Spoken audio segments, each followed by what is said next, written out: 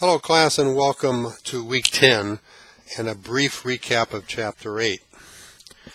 In chapter 8 you reviewed the range of deviant behaviors in law enforcement.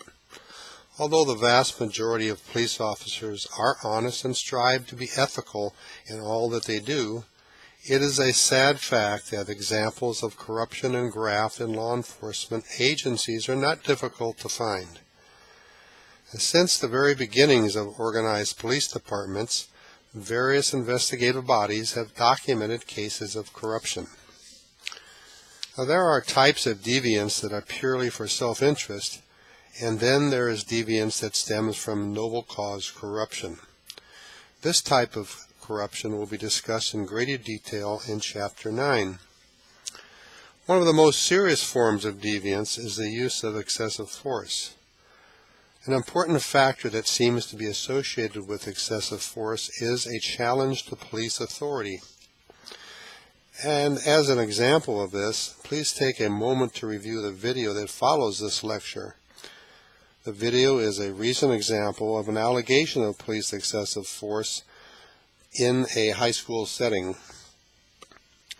While it is agreed by experts of a disproportional use of force by a small number of officers, nevertheless, officers seem to get involved in the use of force situations repeatedly, whereas others, even in similar patrol neighborhoods, rarely get involved in such altercations. Thus, even if every use of force meets the guidelines of departmental policy, there are lingering questions as to why some officers seem to need to resort to force more often than others, and why some interpret actions more often as offensive.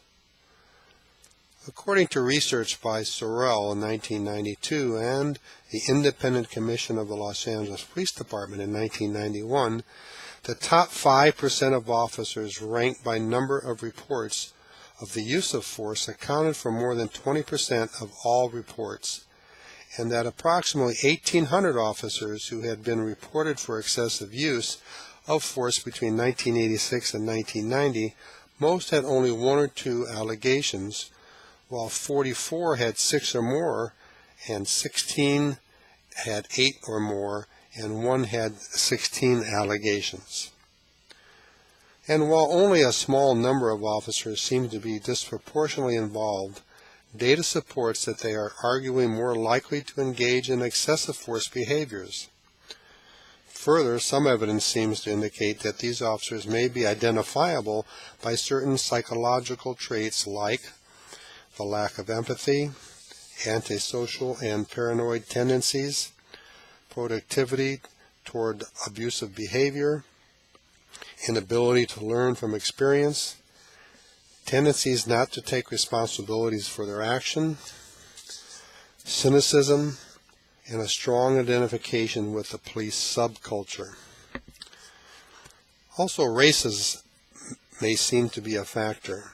It was also noted that police scandals have occurred in all countries around the world, but there are apparent differences in the relative levels of corruption among police in different countries.